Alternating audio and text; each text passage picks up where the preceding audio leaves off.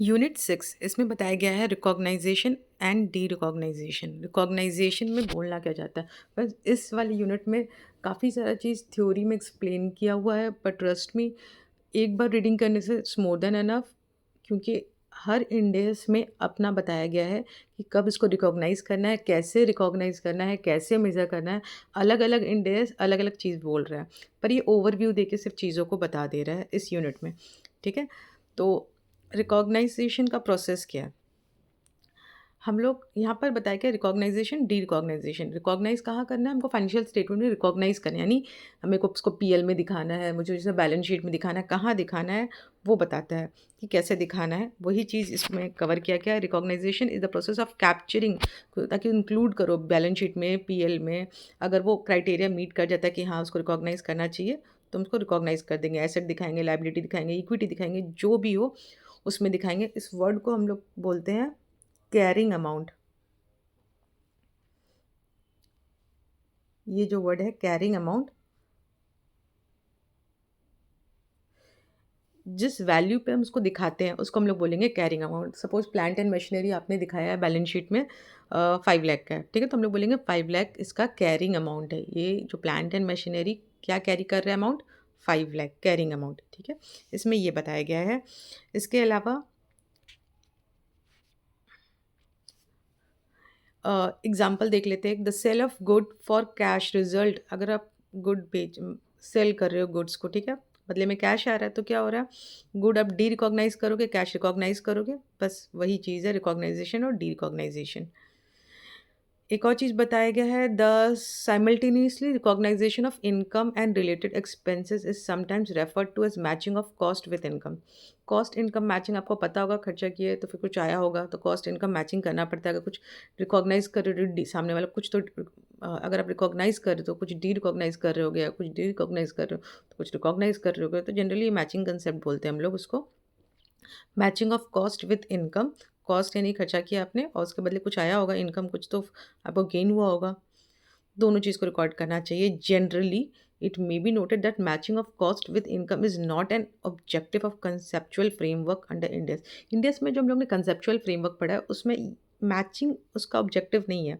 Conceptual framework का, conceptual framework under Ind AS does not allow the recognition in the balance sheet of item that do not meet the definition of asset liability equity।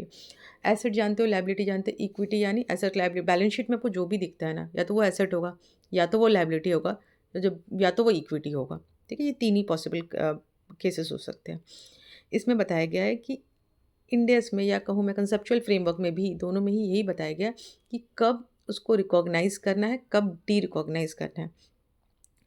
क्योंकि मैंने cost कुछ खर्चा किया तो मैं कुछ income book करूँ, ज़रूरी नहीं है। अगर क्राइटेरिया मीट करेगा तो आप सामने वाला कुछ एसेट दिखाओगे, अदरवाइज आप उसको एसेट नहीं दिखा सकते। ठीक है, और क्या है क्राइटेरिया, कब उसको दिखाना है, वो जैसे जैसे आप इंडेक्स पढ़ोगे ना तो आपको समझ में आएगा। ट्रस्ट में बहुत ईजी है, ईजिली समझ में आएगा आपको।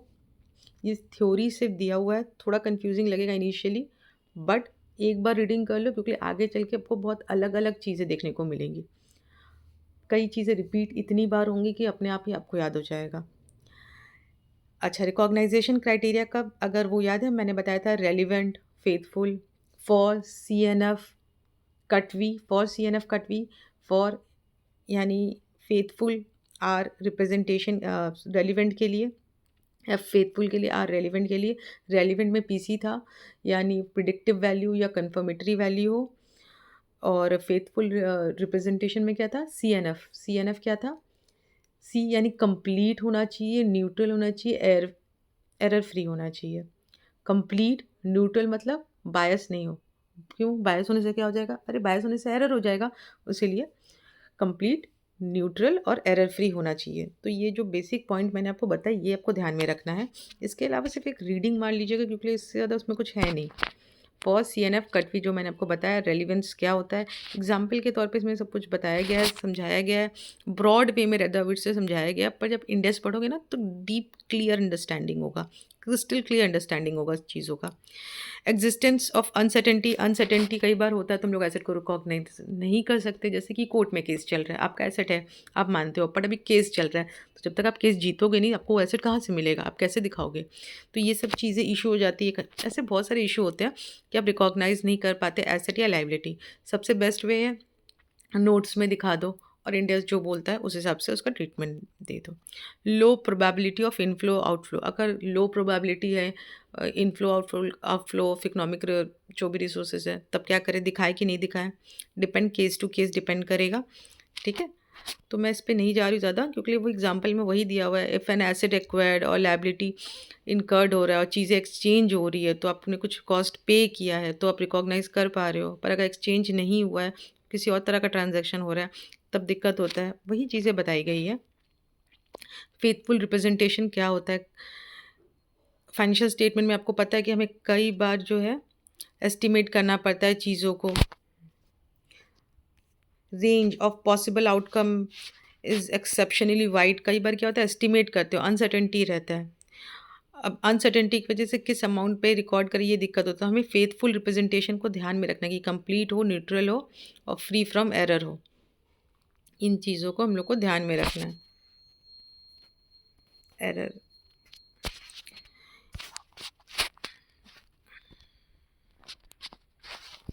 अदर फैक्टर में भी वही चीज़ें बताई गई हैं कि फेथफुल रिप्रेजेंटेशन सिर्फ ये नहीं है कि आप उसको रिकॉग्नाइज करो, उसको कैसे मेज़र करना है, किस अमाउंट पे दिखाना है, कैसे प्रेजेंट करना है, कहाँ प्रेजेंट करना है, कहाँ डिस्क्लोज करना है।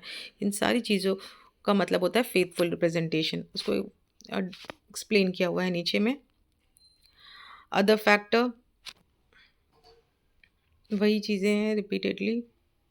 हाँ, डी रिकॉग्नाइजेशन मतलब होता है कि अब उसको हम लोग रिकॉग्नाइज नहीं करेंगे, बैलेंस शीट में उसको दिखाएंगे नहीं। सपोज आपके पास कुछ एसेट था, आपने उसको सेल कर दिया, तो ऑफकोर्स उसको डी रिकॉग्नाइज करोगे, उसको अपने बैलेंस शीट से हटाओगे और जो पैसे आए हैं उसको बुक करोगे। तो डी रिकॉग्नाइजेशन इसे कहते हैं। कई बार क्या होता है, और भी बहुत सारे डी रिकॉग्नाइजेशन के क्राइटेरिया आते हैं कि मीट हो जाएंगे तो आपको डी रिकॉग्नाइज करना पड़ेगा, या फिर रिकॉग्नाइज कुछ क्राइटेरिया, आप एसेट का क्राइटेरिया मीट नहीं कर रहा था, आपने उसको दिखाया नहीं था, और अभी एसेट का क्राइटेरिया मीट हो जा रहा है तो उसको रिकॉग्नाइज करोगे।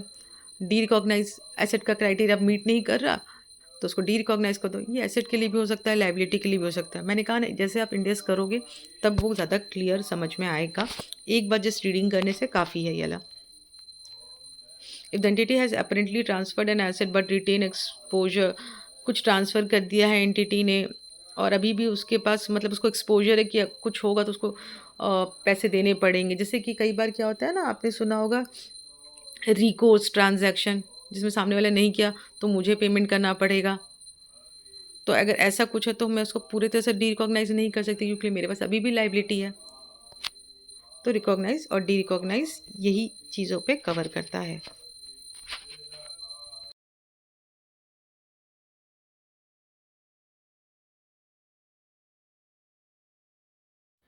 यूनिट 7 में बताया गया है मेज़रमेंट के बारे में कि कितने तरह के मेज़रमेंट होते हैं इंडियंस में, ये बताया गया है। इसको स्टार्ट करने से पहले एक थोड़ा-सा क्लैरिटी मैं चाहूँगी कि हो जाए। इसमें अंदर जो कुछ इलस्ट्रेशन दिए हुए हैं, उनसे रिलेटेड। हम लोग पढ़ेंगे उस इलस्ट्रेशन के बारे में यूनिट 7 में। बट स्टार्टिंग से पहले एक बार एक रफ़ ले लेते हैं आइडिया, ठीक है? फिर पढ़ते हैं, ताकि फिर पढ़ने में ज़्यादा अच्छा लगेगा। अ, इसमें एक इलस्ट्रेशन में बताया गया है फैक्टरिंग अरेंजमेंट। पहले मैं बता दूँ फैक्टरिंग अरेंजमेंट होता क्या है। फैक्टरिंग अरेंजमेंट क्या होता है, सपोज़ कि आपका बिज़नेस है और आपने अपना प्रोडक्ट सेल किया, ठीक है? क्रेडिट पे सेल किया, कस्टमर आपको बाद में 15 डेज़ बाद या मान लीजिए 2 मंथ बाद पेमेंट करेगा, ठीक है? टर्म ये था कि 2 महीने बाद वो आपको पेमेंट करेगा। अब 2 महीने तक तो आपका पैसा फँस गया, पैसा तो आएँगे 2 महीने बाद, अब क्या करें?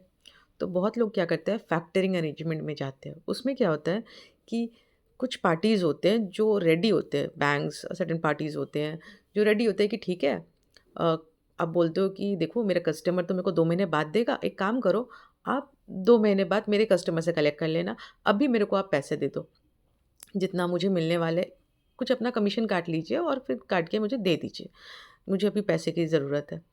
तो कई बार क्या होता है, जनरली फैक्टरिंग अरेंजमेंट बैंक्स करते हैं, तो क्या करते हैं वो लोग, सामने वाले बोलते हैं ठीक है, हम आपको अभी कुछ अमाउंट काट के अभी पैसे दे देते हैं, अपना जो भी कमीशन उनको रखना होगा रख के आपको दे देते हैं, और आपके कस्टमर से अब हम लोग पैसे कलेक्ट कर लेंगे, ठीक है? वो पैसे हमारे हो जाएँगे, तो फ़ायदा हो गया उनका, जो फैक्टरिंग कर रहे हैं कि हाँ, कुछ एक्स्ट्रा पैसे मिल जाएँगे उनको, और जो एंटर कर रहे हैं फैक्टरिंग में, जो कंपनी जिनको पैसे की ज़रूरत है अभी, उनका भी फ़ायदा हो गया, नहीं तो उनको भी बहुत देर तक करीबन 2 महीने तक बैठे रहना पड़ता पैसों के लिए।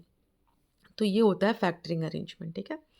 वंस फैक्टरिंग अरेंजमेंट क्लियर है, अब क्या बोल रहा है, इंड एस 109 ट्रेड रिसीवेबल बोलता है कि अच्छा, इंड एस 109 जो है वो है फाइनेंशियल इंस्ट्रूमेंट में, ठीक है? तो फाइनेंशियल इंस्ट्रूमेंट में ट्रेड रिसीवेबल भी एक फाइनेंशियल अरेंजमेंट है। हुँ? उसमें बताया गया है कि जब फैक्टरिंग अरेंजमेंट होता है, ठीक है? कंपनी फैक्टरिंग अरेंजमेंट कर रही है। मैं आपसे क्वेश्चन पूछती हूँ। अब ये जो कहानी मैंने आपको बताया था, कंपनी अब क्या करे? सामने वाले को तो उन्होंने दे दिया। रिस्क रिवॉर्ड जो बैलेंस था, रिसीवेबल, ट्रेड रिसीवेबल जो दिखा रहा था वो लोग, पैसे मिलने वाले हैं, वो तो उसने ट्रांसफ़र कर दिया। तो क्या अपने बुक्स में दिखाए कि नहीं दिखाए? आप बोलोगे नहीं दिखाए, क्योंकि लिए पैसे तो मिल गए। अगर मैं कहूँ आपसे कि अरेंजमेंट में ये कंडीशन था कि अगर कस्टमर नहीं पे कर पाया, तो सारे पैसे मुझे पेमेंट करने पड़ेंगे।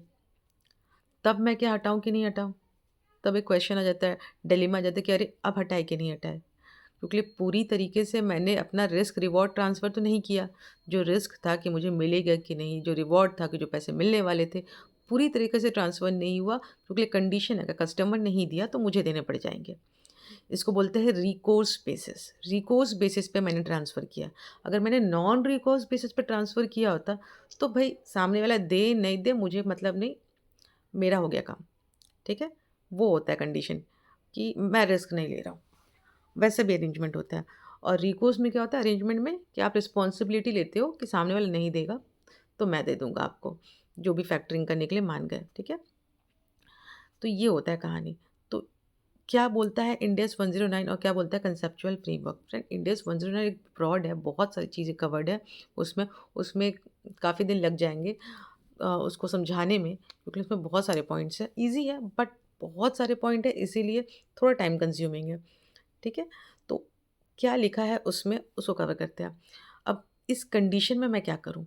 मुझे रिकॉर्ड करना है कि नहीं करना है? जो ट्रेड रिसीवेबल है उसको रिकॉर्ड करूँ और ये वाले ट्रांज़ैक्शन को अलग से दिखाऊँ, कि नहीं मैं वैसे ही मान लूँ कि ट्रेड रिसीवेबल अब नहीं है मेरा, वैसे मानूँ?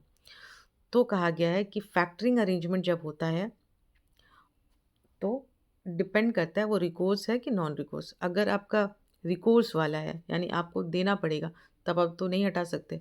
आपको दिखाना पड़ेगा, अलग से दिखाओ फैक्टरिंग अरेंजमेंट, और ये वाला ट्रांज़ैक्शन अलग रखिए, मिक्स मत करिए। पर अगर ऐसा है नॉन रिकोर्स, आप पूरी तरीके से ट्रांसफ़र कर रहे हो, तब तो आप हटा सकते हो, ठीक है? कंसेप्चुअल फ्रेमवर्क भी वही बात करता है, सेम दोनों में जो कंट्रोल वाली जो बात है, कि अगर आपके पास कंट्रोल है, रिस्क रिवॉर्ड अभी तक ट्रांसफ़र नहीं हुआ है, तो आप उसको डी-रिकॉग्नाइज़ नहीं कर सकते, आपको रिकॉग्नाइज़ करके दिखाना पड़ेगा ट्रेड रिसीवेबल, और फैक्टरिंग अरेंजमेंट जो आपने एंटर किया उसको अलग दिखा, वो अलग ट्रांज़ैक्शन है, ये दोनों अलग ट्रांज़ैक्शन है, ऐसे शो करना है। कंसेप्चुअल फ्रेमवर्क, इंड एस 109 दोनों ही सेम इस बारे में बात कर रहा है, दोनों अलग-अलग बात नहीं कर रहे हैं। आगे पढ़ेंगे, कई बार आपको दिखाई देगा कि कंसेप्चुअल फ्रेमवर्क कुछ और बोलता है और इंड एस कुछ और बोलता है। अच्छा, एक और क्वेश्चन आता है, क्या सारे कंसेप्चुअल फ्रेमवर्क हमें पढ़ने हैं? नहीं, जितना भी आपके बुक्स में दिया हुआ है उतना ही पर्टिकुलर, जैसे इंडेक्स का अलग से बनाया हुआ है, कंसेप्चुअल फ्रेमवर्क अलग से आपको नहीं पढ़ना है। जहाँ-जहाँ एग्ज़ाम्पल में कवर्ड होगा उतना मोर देन सफिशिएंट है, उतना से हो जाएगा। एक और मैं आपको सजेस्ट करूँगी, जब भी आप पढ़ो फाइनेंशियल रिपोर्टिंग वाला बुक, उसमें जितने भी इंडेक्स पढ़ो, कभी भी ऐसे मत पढ़िएगा कि इनटैंजिबल एसेट के बारे में पढ़ रहा हूँ, नहीं। आपको पढ़ना है इंडेक्स 38 इनटैंजिबल एसेट। ऐसे पढ़ने से क्या होगा कि आपको वो इंडेक्स माइंड में घुस जाएगा कि हाँ, इसका नंबर क्या है? इंटैंजिबल एसेट का इंडेक्स नंबर क्या है? ये बहुत इंपॉर्टेंट है, जब आप आंसर भी लिखोगे, आप कोड करोगे, उससे फ़र्क पड़ता है आपके आंसर में, ठीक है? नहीं तो फिर नंबर कटने के चांसेस रहते हैं। तो इसीलिए बेटर है कि जब भी आप पढ़ो तो उसका नाम लेते हुए पढ़ो, कि ये वाला जो इंडेक्स है वो इस नंबर से रिलेटेड है। तो अगर आप, इससे क्या होगा, आपको अपने आप ही याद होने लग जाएगा। आप जब बार-बार पढ़ रहे हो यही चीज़, ये नंबर दोहराओगे, तो अपने आप वो चीज़ बैठ जाएगा आपके दिमाग में। इंडेक्स 38 इंटेंजिबल, 38 इंटेंजिबल, ठीक है? 8 इंटेंजिबल, कैसे भी आप इसको याद कर सकते हो। मैं अलग से टेक्निक बताऊँगी कैसे सारे इंडेक्स याद करने हैं, बट अभी मैं आपको सजेस्ट करूँगी कि इसको ऐसे ही पढ़ने के लिए। तो एक इलस्ट्रेशन 2 है, इलस्ट्रेशन 1 मैंने बता दिया, factoring arrangement, recourse, non recourse, क्या होता है और दोनों कंट्रोल में सेम सहमत है। ये मैंने आपको बता दिया, ठीक है? ये वाला चीज़ मैंने आपको बता दी। अब हम लोग बात करते हैं इंडेस 38 और कंसेप्चुअल फ्रेमवर्क में एसेट की डेफिनेशन की। यहाँ पर क्या है ना, कंसेप्चुअल फ्रेमवर्क एसेट के बारे में कुछ और बोलता है, इंडेस 38 एसेट के बारे में कुछ और बोलता है। इंडेस 38 बोलता है एसेट वो है जिस पे मेरा कंट्रोल हो और जिस पे फ्यूचर बेनिफिट मिले, फ्यूचर इकोनॉमिक बेनिफिट मिले, पैसों वाला इकोनॉमिक कुछ बेनिफिट मिले, ठीक है? तो हम उसको एसेट मानते हैं। बहुत स्पेसिफिक डेफिनेशन है कि किसको हमको एसेट मानना है, किसको नहीं मानना। वहीं अगर मैं कंसेप्चुअल फ्रेमवर्क जाऊँ, वो बोलता है एसेट को थोड़ा फ्लेक्सिबिलिटी दिया है डेफिनेशन में। बोलता है एसेट वो भी यही बोलता है, अगर कंट्रोल है, फ्यूचर इकोनॉमिक बेनिफिट है, तो आप उसको एसेट मानोगे। वही चीज़ है, पर थोड़ा फ्लेक्सिबल वे में, ये बहुत स्ट्रिक्ट वे में है और ये थोड़ा फ्लेक्सिबिलिटी लेता है।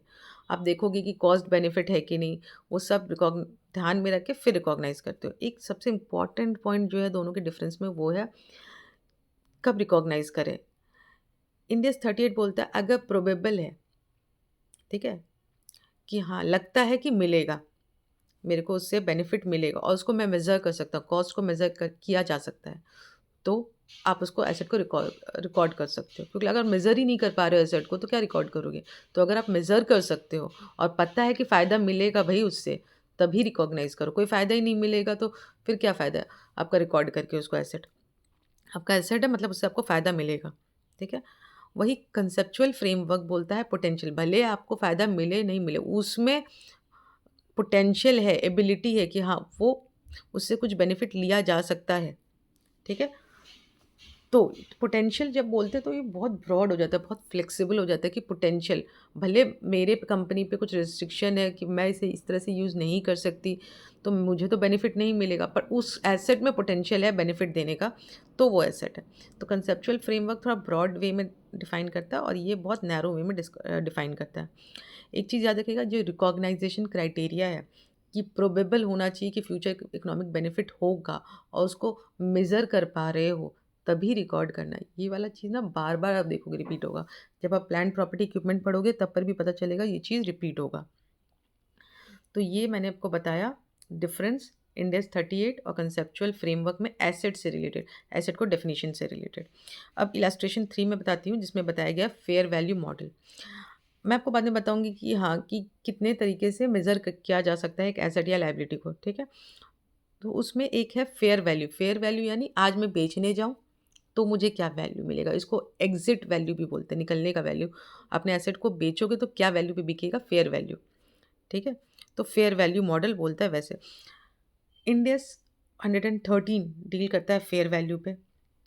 और कई बार आप देखोगे इन, अब जो फाइनेंशियल रिपोर्टिंग हम लोग जो करते हैं, हम लोग जिस जिस वैल्यू पे रिकॉग्नाइज़ करते हैं, याद रखिएगा हम लोग कभी भी ना सारे एक ही तरीक़ा से रिकॉग्नाइज़ नहीं करते हैं। कभी हम किसी चीज़ को हिस्टोरिकल कॉस्ट में लेते हैं, किसी को हम लोग फेस वैल्यू पे रिकॉग्नाइज़ करते हैं, किसी को हम लोग एग्ज़िट प्राइस पे रिकॉग्नाइज़ करते हैं, किसी को वैल्यू इन यूज़ उस पे रिकॉग्नाइज़ करते हैं। तो अलग-अलग क्राइटेरिया होता है और ये ज़रूरी है करेक्ट प्रेज़ेंटेशन के लिए। आप सबको एक ही तरीके से नहीं दे सकते क्योंकि सारे एक टाइप के एसेट नहीं हैं। अलग-अलग एसेट अलग है, ये वाला एसेट अलग है, ये वाला लायबिलिटी अलग है, ये इन्वेस्टमेंट है जिसको मैं अभी बेचने वाली हूँ ही नहीं, तो मैं इसको क्यों अभी दिखाऊँ अभी के वैल्यू पे। पर कुछ ऐसे मेरे पास स्टॉक्स पड़े हुए जिसको मुझे तो अभी 1 साल में मुझे बेचने हैं, तो उसको मैं क्यों पुराने वैल्यू पे दिखाऊँ, इसको तो मैं आज के वैल्यू पे दिखाऊँगी क्योंकि मुझे इसको आज ही बेचना है या कुछ महीनों के अंदर ही सेल करना है। तो ये सब क्राइटेरिया, ये सब थिंकिंग की वजह से हमें अलग-अलग बेसिस यूज़ करने पड़ते हैं। हम लोग एक ही बेसिस पे नहीं रखते सारी चीज़ों को, ठीक है? तो ये मैंने आपको रफ़ली एक आइडिया दे दिया, आप अंदर पढ़ोगे तो आपको बहुत ईज़िली चीज़ें समझ में आएँगी। अब हम लोग बात करते हैं मेज़रमेंट की। यूनिट 7 में मेज़रमेंट बताया गया है, कितने तरह के मेज़रमेंट होते हैं। मेज़र कर सकते हैं हिस्टोरिकल कॉस्ट, यानी आपने जब खरीदा था जो प्राइस था वो हो गया हिस्टोरिकल कॉस्ट। फिर होता है करंट वैल्यू यानी आज का वैल्यू बोल सकते हो। फेयर वैल्यू यानी बिकने में कितना प्राइस होगा, आज मैं बेचने जाऊँगी तो मुझे क्या प्राइस मिलेगा। एक है वैल्यू इन यूज़, मुझे यूज़ करके कितना वैल्यू मिलेगा। अच्छा, ये कॉन्सेप्ट आएगा कि लोगों के मन में, यूज़ करके कितना वैल्यू मिलेगा, ये कैसे मैं कैलकुलेट करूँ। यूज़ करके का मतलब होता है कि सपोज़ कोई एक एसेट है, ठीक है? उससे आपको कितना कैश फ्लो इनफ्लो होगा, कितना कैश आपके पास आएगा। आप प्रोजेक्शन करोगे, आप एस्टिमेट करोगे कि इसका 5 साल का लाइफ़ है इस एसेट का और 5 साल में ये मुझे 5,000 5,000 कर के देगा। तो 5 साल में 25,000 मुझे दिख रहा है, मुझे इतना पैसा इससे रिकवर हो जाएगा। तो मैं इस वैल्यू पे 25,000 के हिसाब से 5 साल में 5,000 करके, तो 25,000 के हिसाब से मैं आज इसको रिकॉर्ड करूँगी। आज के डेट में मुझे इस वैल्यू पे इसको रिकॉर्ड करना है। तो वैल्यू इन यूज़ यानी यूज़ करके कितना वैल्यू आया। एक और चीज़ है इसमें वैल्यू इन यूज़ में, इसमें प्रेज़ेंट वैल्यू भी कंसिडर करना पड़ता है। क्या होता है प्रेज़ेंट वैल्यू, कैसे कंसिडर करना पड़ता है फ्रेंड? रिपीटेड होगा, बहुत बार रिपीटेड होगा कि आपके ये पूरे ज़हन में बैठ जाएगा। जब आप सम्स करोगे ना, इतनी बार ये चीज़ें आएँगी ना, और जब देखोगे प्रैक्टिकली कैसे हो रहा है, तो ये पूरा ही बैठ जाएगा, ठीक है? एक रफ में बता दिया मैंने आपको कि कैसे निकलता है। उसके बाद आता है करंट कॉस्ट, आज का कॉस्ट क्या है, ठीक है? फेयर वैल्यू, एग्ज़िट वैल्यू होता है, ठीक है? ये मैंने आपको बता दिया, बेचने का वैल्यू। हिस्टोरिकल कॉस्ट क्या होता है, करंट वैल्यू क्या होता है, डेफिनेशन लिखा हुआ है, आप प्लीज़ एक बार इसको पढ़ लीजिएगा। कोई अगर प्रॉब्लम होगा तो कमेंट में लिखिएगा, मैं उसको एक्सप्लेन कर दूँगी उस पॉइंट को। करंट वैल्यू मैंने आपको बताया, एग्ज़िट वैल्यू यानी निकलने का वैल्यू, एंट्री वैल्यू नहीं आज मैं खरीदूँ तो क्या वैल्यू होगा, एग्ज़िट वैल्यू यानी आज मैं बेचूँ तो क्या वैल्यू होगा। फेयर वैल्यू भी बोलते हैं, वैल्यू इन यूज़ क्या होता है, यूज़ करके क्या वैल्यू में, आज मैं इसको यूज़ करना चालू करूँ, तो जितना भी इसका लाइफ़ है उतने साल तक मैं कितना पैसा इससे कलेक्ट कर पाऊँगी, वो मैं लिखूँगी और उसको प्रेज़ेंट वैल्यू डिस्काउंटिंग करूँगी, कुछ कैलकुलेशन होता है वो करूँगी, तो मुझे मालूम चल जाएगा कि हाँ, मुझे इसे किस वैल्यू पे रिकॉर्ड करना है।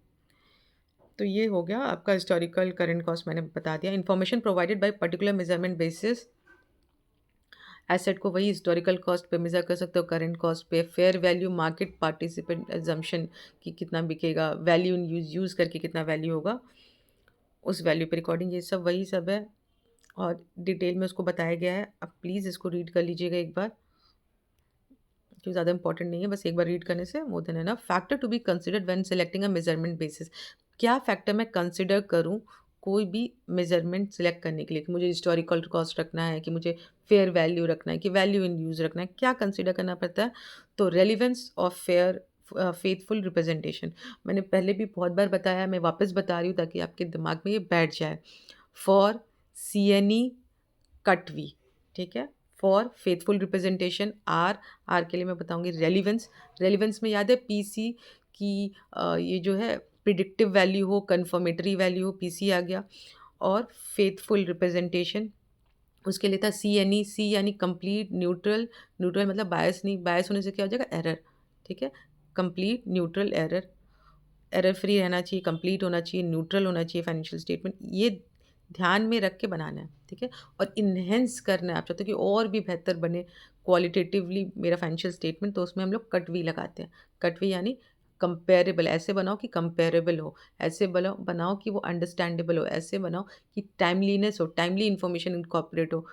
और फिर कट वी, वी मतलब वेरीफाइबल हो, आपने जो लिखा उसको वेरीफाई कर पा रहे हो कि हाँ कहाँ से ये लिया डेटा। वही चीज़ उसको और डिटेल में बताया गया, एक्सप्लेन किया गया है। रेलेवेंस को आप एक बार पढ़ लोगे, आपको ईज़िली समझ में आ जाएगा। स्टिल कुछ हो, कमेंट में लिखिएगा कि हाँ, यहाँ दिक्कत हो रहा है। मैं उसको वापस एक्सप्लेन कर दूँगी। अब बात करते हैं डी, इलस्ट्रेशन 1। मैंने पहले भी कहा फाइनेंशियल रिपोर्टिंग पढ़ोगे, सारे एग्ज़ाम्पल, इलस्ट्रेशन जो है, क्वेश्चंस जो है, वो प्लीज़ उसको एक बार ज़रूर रीड करिएगा, वो बहुत इंपॉर्टेंट होते हैं। कई बार एज़ इट इज़ आ जाता है, तो इसलिए एकदम ध्यान से रखिएगा उसको। Illustration 1, derecognisation versus faithful representation. तो इसमें बताया गया है कि एक as at 31 March 2002 Natasha carried trade receivable था 280 करोड़ का इन इट्स बैलेंस शीट, इतना बैलेंस शीट में दिख रहा था। At that date Natasha entered a factoring arrangement में इंटर की विद समंथा लिमिटेड, एक फाइनेंशियल इंस्टीट्यूशन है। फाइनेंशियल इंस्टीट्यूशन यानी बैंक है, जो भी पैसे प्रोवाइड करते हैं उनको फाइनेंशियल इंस्टीट्यूशन बोलते हैं। NBFC भी एक फाइनेंशियल इंस्टीट्यूशन है, ठीक है? तो financial institution according to which it transfer the trade receival, उसने कहा कि मैं अपना ट्रेड रिसीवल, मुझे जो पैसे मिलने वाले, मैंने जो क्रेडिट पे सेल किया है, वो मैं आपको ट्रांसफ़र कर रही हूँ in exchange for immediate cash payment. आप मुझे 250 दे दो, 280 है ना, 280 करोड़ है, 250 करोड़ दे दो, बाकी जो है आपका 20 करोड़, 30 करोड़ आप रख लो, ठीक है? आप रख लो, अपना कमीशन काट लो और मुझे बाकी पैसे दे दो। As per factoring arrangement any shortfall between the amount collected, तो जितना भी, और अरेंजमेंट का ये कंडीशन था कि अगर कुछ शॉर्टफॉल हुआ, 250 crore collect, sorry 280 crore collect नहीं हुआ, उससे कम कलेक्ट हुआ, तो फिर तब तो जो फैक्टरिंग में इंटर की वो फाइनेंशियल इंस्टीट्यूशन का नुकसान हो जाएगा। बोलिए हम लोग तो ये नुकसान नहीं पे करेंगे, अगर कम कलेक्ट हुआ तो आपको हमें पे करना पड़ेगा। तो ऐसा एक अरेंजमेंट हुआ। इसका मतलब जो कंपनी एंटर कर रही है, वो तो रिस्क अभी भी लेके रखी है। उसके पास अभी भी रिस्क रिवॉर्ड पूरी तरीके से ट्रांसफ़र नहीं हुआ है। तो ऐसे केस में क्या आप बताओ, क्या ये सही है कि वो डी-रिकॉग्नाइज़ कर दे उसको? नहीं, वो डी-रिकॉग्नाइज़ नहीं करेगी, वो दोनों को अलग-अलग शो करेगी, ठीक है? यही बताया गया और कंसेप्चुअल फ्रेमवर्क में भी सेम यही बात बताई गई है। आप एक बार रीड कर लीजिएगा, उसमें यही लिखा है, नीचे कंसेप्चुअल फ्रेमवर्क में क्या लिखा है वो बताया गया है और उसमें भी सेम चीज़ का है, एसेट का ये सॉरी कंट्रोल का डेफिनेशन दोनों में सेम है। Explain the criteria in the conceptual framework for financial reporting for the recognisation of asset. अच्छा, कंसेप्चुअल फ्रेमवर्क एसेट के लिए क्या बोलता है और इंडियस 38 इंटेंजिबल 38 एसेट क्या बोलता है। मैंने को बताया दोनों एग्री नहीं करते हैं। इंडेस 38 के बारे में वर्ड यूज़ करता है प्रोबेबल है, कि मुझे लगता है कि मुझे हाँ कुछ बेनिफिट होगा, प्रोबेबल है। पर ये जो कंसेप्चुअल है फ्रेमवर्क वो बोलता है अगर सामने वाले एसेट में पोटेंशियल है वो कर सकता है। भले आपके में कोई कंपनी में कोई रिस्ट्रिक्शन हो, आप नहीं फ़ायदा उठा पा रहे इस एसेट का तो बात अलग है। पर अगर उस एसेट में है तो भई उसको एसेट आप रिकॉग्नाइज़ करोगे, ठीक है? ये कंसेप्चुअल फ्रेमवर्क बोलता है। पर याद रखिएगा जब भी आप फाइनेंशियल रिपोर्टिंग बनाओगे, फाइनेंशियल रिपोर्टिंग में जो भी इंड एस लगा के बनाओगे, तो आपको इंड एस 38 इंटेंजिबल के लिए इंड एस 38 फॉलो करना पड़ेगा। इंटेंजिबल एसेट का डेफिनिशन देखना पड़ेगा कि आपको बेनिफिट मिल रहा है तभी आप उसको एसेट को रिकॉग्नाइज़ करोगे, अदरवाइज़ उस इंटेंजिबल एसेट को आप रिकॉग्नाइज़ नहीं करोगे, ठीक है? यही बताया गया है। और सबसे इम्पोर्टेंट ये जो रिकॉग्नाइजेशन का जो क्राइटेरिया बताया है ना, ये बार-बार रिपीट होगा कि प्रोबेबल है कि नहीं और मेज़र कर पा रहे हो कि नहीं। अगर प्रोबेबल है कि बेनिफिट होगा और मेज़र कर पा रहे हो तो ही रिकॉग्नाइज़ करते हैं। मैंने को बताया ना, इसमें इंडेक्स में पढ़ोगे तो बताएगा, डेफिनिशन भी बताएगा, कब रिकॉग्नाइज़ करना है, किस वैल्यू पे रिकॉग्नाइज़ करना है, सारी चीज़ें बताता है। तो रिकॉग्नाइज़ तभी करना है कि भई बेनिफिट आएगा और दिख रहा है आपको कितना अमाउंट आएगा। अमाउंट ही नहीं समझ में आ रहा तो कैसे करोगे आप रिकॉर्ड उसको। यही बताया गया एसेट के लिए, इंटेंजिबल एसेट के लिए, ठीक है? इसमें कंसेप्चुअल फ्रेमवर्क में भी सेम है, बताया गया है कि प्रोबेबिलिटी क्राइटेरिया वहाँ पर नहीं है, वहाँ पर है पोटेंशियल। सामने वाला पोटेंशियल होगा तो आपको सिर्फ जान के रखना है कि कंसेप्चुअल फ्रेमवर्क क्या बोलता है और इंडेक्स क्या बोलता है।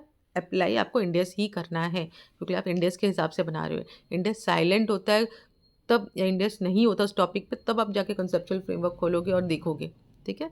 नॉर्मली लोग ऐसे करते हैं।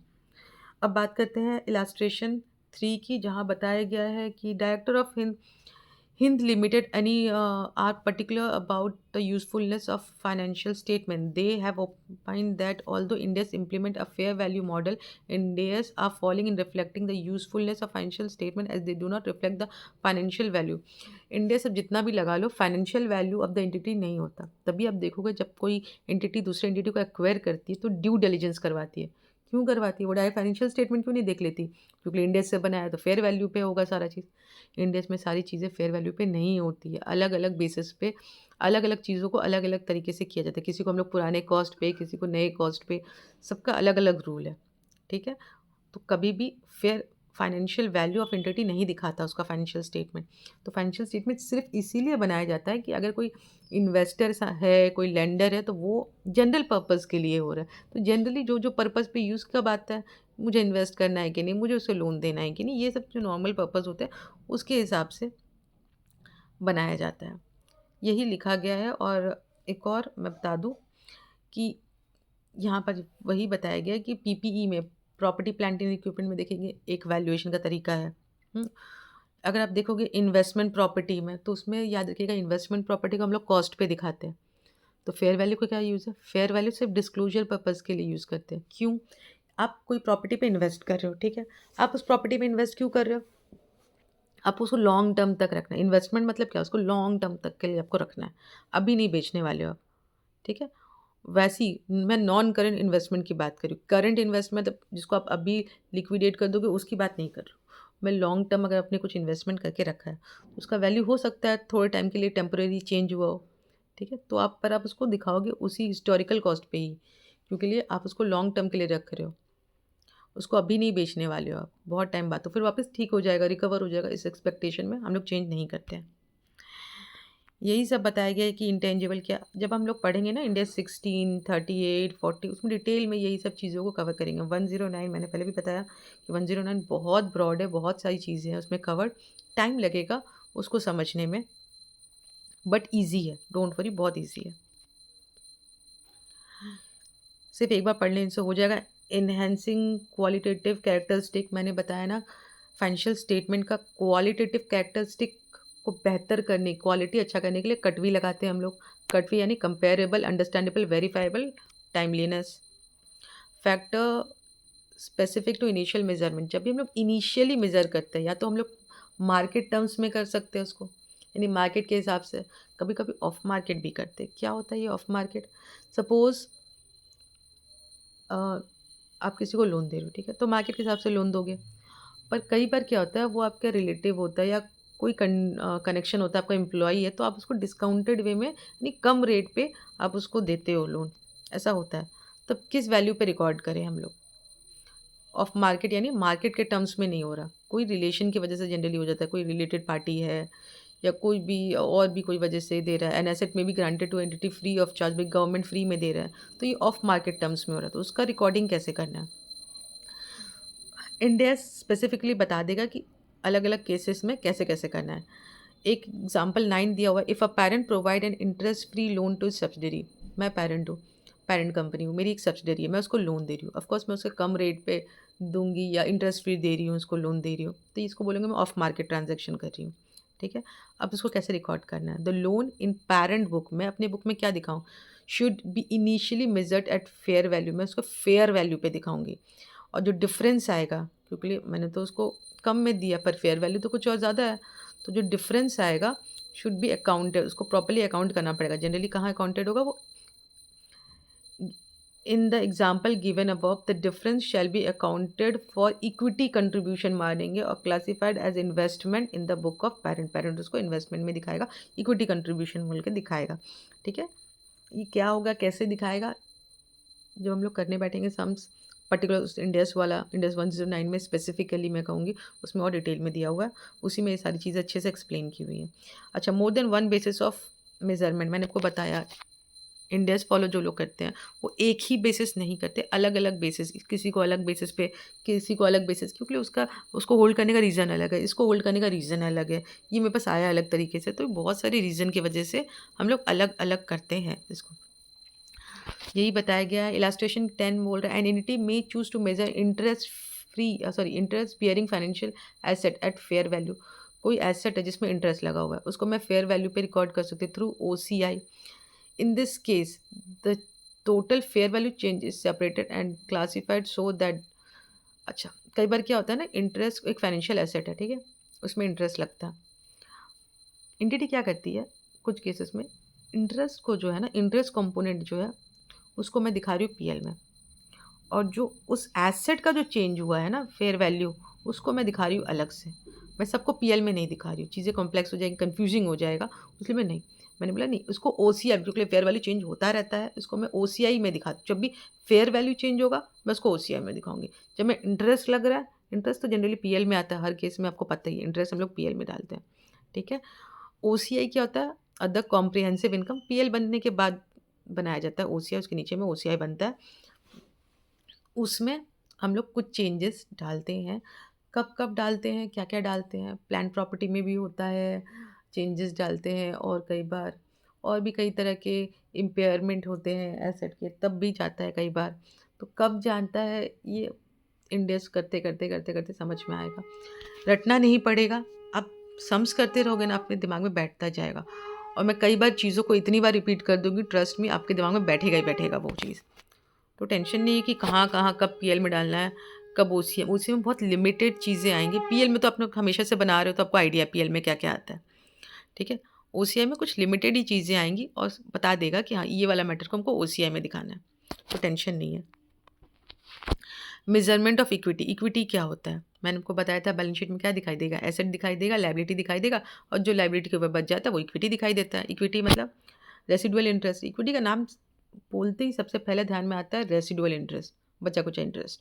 The total carrying amount of equity is not measured directly, it equals the total of carrying amount of all recognise asset, सारे एसेट में से सारे लाइबिलिटी माइनस कर दो, जो बैलेंस बच जाता है हम लोग उसको इक्विटी बोलते हैं, रेसिडुअल इंटरेस्ट बोलते हैं। The general purpose financial statement are not design to show entity value, जो हम लोग फाइनेंशियल स्टेटमेंट बनाते हैं इंटिटी का वैल्यू दिखाने के लिए नहीं बनाते हैं। Hence the total carrying amount of equity will not generally equal the aggregate amount of fair value of equity claim on the entity, the amount that could be raised by selling the entity।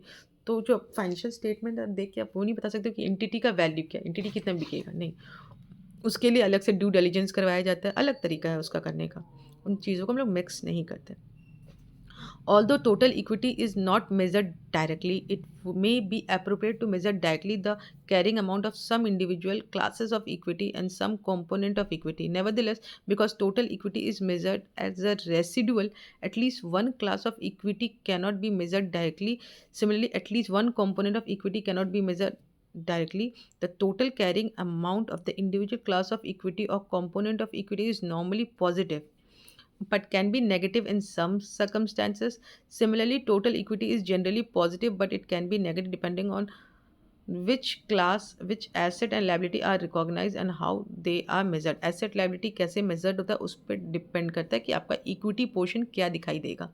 Asset liability, asset कितना ज़्यादा है, liability कितना ज़्यादा, उस पर आपका depend करेगा equity. Equity को अलग से कुछ पर्टिकुलर मेजर, जैसे हम लोग पढ़ते हिस्टोरिकल कॉस्ट, ये कॉस्ट वो कॉस्ट, वैसे नहीं होता। रेसिडुअल नाम से ही पता चल रहा है, बचा कुछ है। इक्विटी मतलब एसेट में से लाइबिलिटी माइनस कर दो, जो बच गया वही है आपका इक्विटी। अब जब इंडेक्स 109 करोगे ना, तब पर भी आप देखोगे कि हम लोग ऐसे ही इक्विटी निकालते हैं, बहुत बार निकालेंगे इसी तरीके से इक्विटी, रेसिडुअल, बचा कुचा इंटरेस्ट, यही है इक्विटी। आई होप इससे यूनिट 7 कवर्ड होता है। यूनिट 8 में कुछ कुछ पॉइंट है, वो चीज़ इंपॉर्टेंट है, अदरवाइज काफ़ी कुछ इलास्ट्रेट करके एग्जैजरेट करके बोला गया है, तो एक बार रीडिंग कर लोगे तो हो जाएगा। इसमें क्या है, ऑफसेटिंग। ऑफसेटिंग क्या होता है पहले मैं आपको बता देती हूँ। ऑफसेटिंग मतलब सपोज आप किसी से पैसे ले रहे हो और फिर उसको कुछ पैसे देना भी है आपको, ठीक है, दोनों हिसाब है, तो आप ऐसा कर सकते हो, उसको ऑफ से आपको किसी कस्टमर से पैसे लेने हैं और कस्टमर से पैसे देने हैं, उसी कस्टमर को कुछ पैसे भी देने हैं, तो क्या आप 2 बार रिकॉर्ड करोगे कि मुझे मिलना इतना है, मुझे पे इतना करना है, या नेट में दिखा दोगे कि देखेंगे कि अगर 20 रुपीज़ मुझे उससे मिलना है और 5 रुपीज़ मुझे उसको देना है, तो एक काम करो, डायरेक्ट 15 पे रिकॉर्ड कर देती हूँ। या तो मैं डायरेक्ट 15 पे रिकॉर्ड कर सकती हूँ, या तो मैं दिखाऊँ कि 20 रुपीज़ मेरा रिसीवेबल है और 5 रुपीज़ मेरा पेमेंट है, ऐसे भी दिखा सकती हूँ, दोनों तरीका होता है। ऑफसेटिंग का मतलब होता है नेट में दिखाना, यानी डायरेक्ट में 15 दिखा दो, ठीक है।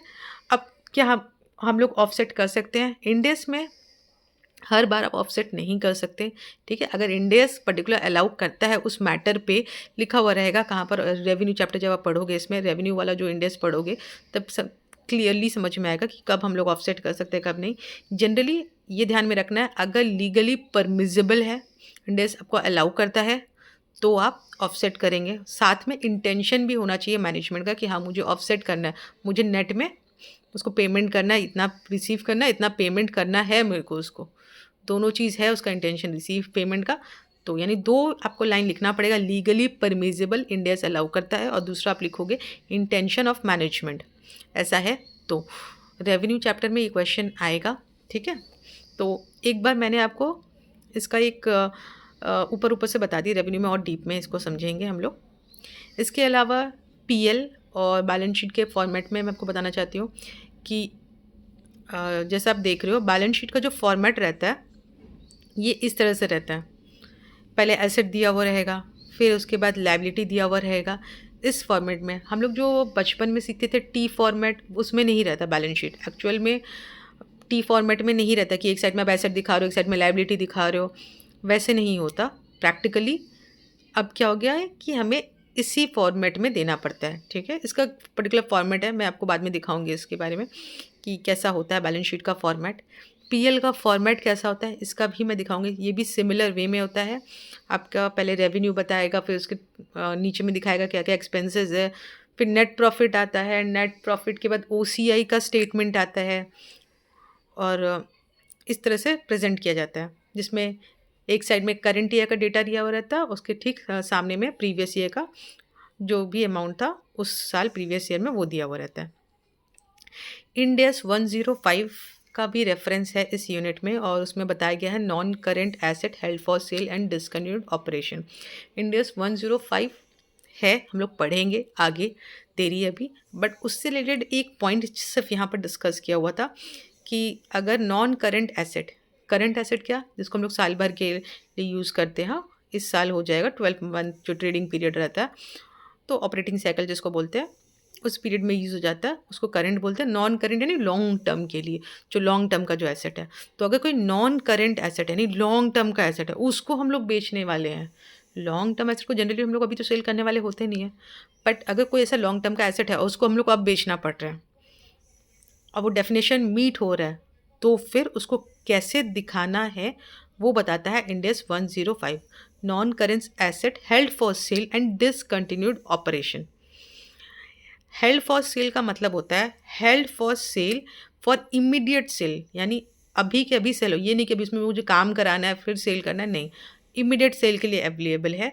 इमीडिएट सेल में एक कैची पॉइंट ये है कि इमीडिएट सेल का मतलब कई बार ये भी होता है कि अगर नेचर ही ऐसा है उस चीज़ का कि हाँ 1 मंथ तो लगते ही है, उसके बाद वो सेल होगा, ये नियम है, प्रोसीड्यूरल वाला है, कस्टमरी वाला है, अगर वैसा वाला है तो अलाउड है, नहीं तो इमीडिएट, नॉर्मल केस में इमीडिएट सेल, ठीक है। सेल हाईली प्रोबेबल है, यानी सेल होगा ही होगा, लगता हाई चांसेस है, ये नहीं कि होगा नहीं होगा पता नहीं, हाईली चांसेस है कि हाँ हो जाएगा, ठीक है। इसके अलावा जब भी 105 में आप ये पढ़ोगे ना, तो उसमें ये पॉइंट आपको भूलना पड़ेगा कि हेल्ड फॉर सेल, ठीक है, और उसमें ये पॉइंट बताना पड़ेगा held for sale, for immediate sale, sale highly probable है कि यहाँ होगा ही होगा। उसके साथ 5 पॉइंट और बताने पड़ेंगे कि उसके लिए प्लान हो गया है, प्लान तैयार है मैनेजमेंट का एक्टिव प्रोग्राम चल रहा है, जो प्राइस है एकदम सही प्राइस है उसमें ही होगा। अब ऐसा तो नहीं है ना ऑप्शन आप प्राइस बोल रहे हो जो कोई खरीदेगा ही नहीं मार्केट में, उस प्राइस में आप बेचने निकल गए हो, नहीं, मार्केट के हिसाब से प्राइस अपने डिटरमाइन कर लिया हो और लाइकली एक चांस में, मतलब एक साल में हम ये एक्सपेक्टेड है कि हो जाएगा सेल। अब ज़रूरी नहीं एक साल में एक्चुअली हो जाए, आपको मैनेजमेंट का इंटेंशन है, मैनेजमेंट को लगता है कि हाँ विद इन 1 ईयर के अंदर तो ये सेल हो जाना चाहिए, लाइकली चांसेस है कि आप इससे विड्रॉ करोगे, नहीं अब सेल कैंसिल कर दोगे, हमको सेल नहीं करना, ऐसा अनलाइकली है। ज़्यादा लाइकली यही है कि हाँ आप सेल कर दोगे। तो ये 5 चीज़ें, प्लान प्रोग्राम, प्लान होना चाहिए, एक्टिव प्रोग्राम की हाँ सब ढूंढा जाए, एक बायर ढूंढा जा रहा है, वो सब प्राइस मार्केट वाला प्राइस लेके चल रहे हो आप, एक साल के अंदर आपको लगता है कि हाँ हो जाएगा, आपको लगता है कि 3 साल लग जाएंगे, 2 साल लग जाएंगे, तब आप उसको हेल्ड फॉर सेल की तरह नहीं दिखा सकते। आपको लगता है कि हेल्ड फॉर सेल का कैटेगरी का डेफिनेशन मीट कर रहा है, तो आप उसे हेल्ड फॉर सेल की तरह दिखा सकते हो, ठीक है। ये जो पॉइंट मैंने बताया आपको, ये दोनों पॉइंट लिखने पड़ेंगे जब विंडोज़ 105 में अगर थ्योरी बेस पे क्वेश्चन आता है आपको, तो ये सब देना पड़ता है, ठीक है। सम्स में भी अगर आप दे दोगे तो अच्छा है। अच्छा, कैसे दिखाना पड़ेगा, क्या दिखाने में चेंजेस होंगे, तो जैसे आपको पता है कि पीएल में हम लोग जब दिखाते हैं ना प्रॉफिट, तो हमें 2 तरह के प्रॉफिट दिखाने पड़ते हैं। एक जो हम लोग का नॉर्मल बिजनेस, कंटिन्यूड बिजनेस का क्या प्रॉफिट चल रहा है, और दूसरा जो बिजनेस हम लोग बंद करने वाले हैं, हुँ, उसका क्या प्रॉफ़िट आ रहा है। तो ऐसे सेग्रीगेट करके, सपोज़ आपका 2 है, क पेपर का भी प्लांट है और एक कलर का भी कुछ है आपका, ठीक है? और अभी आप क्या कर रहे हो, कलर वाला डिसकंटिन्यूड करना चाहते हो, कलर वाला जो बिज़नेस है उसको बंद करना चाहते हो, ठीक है?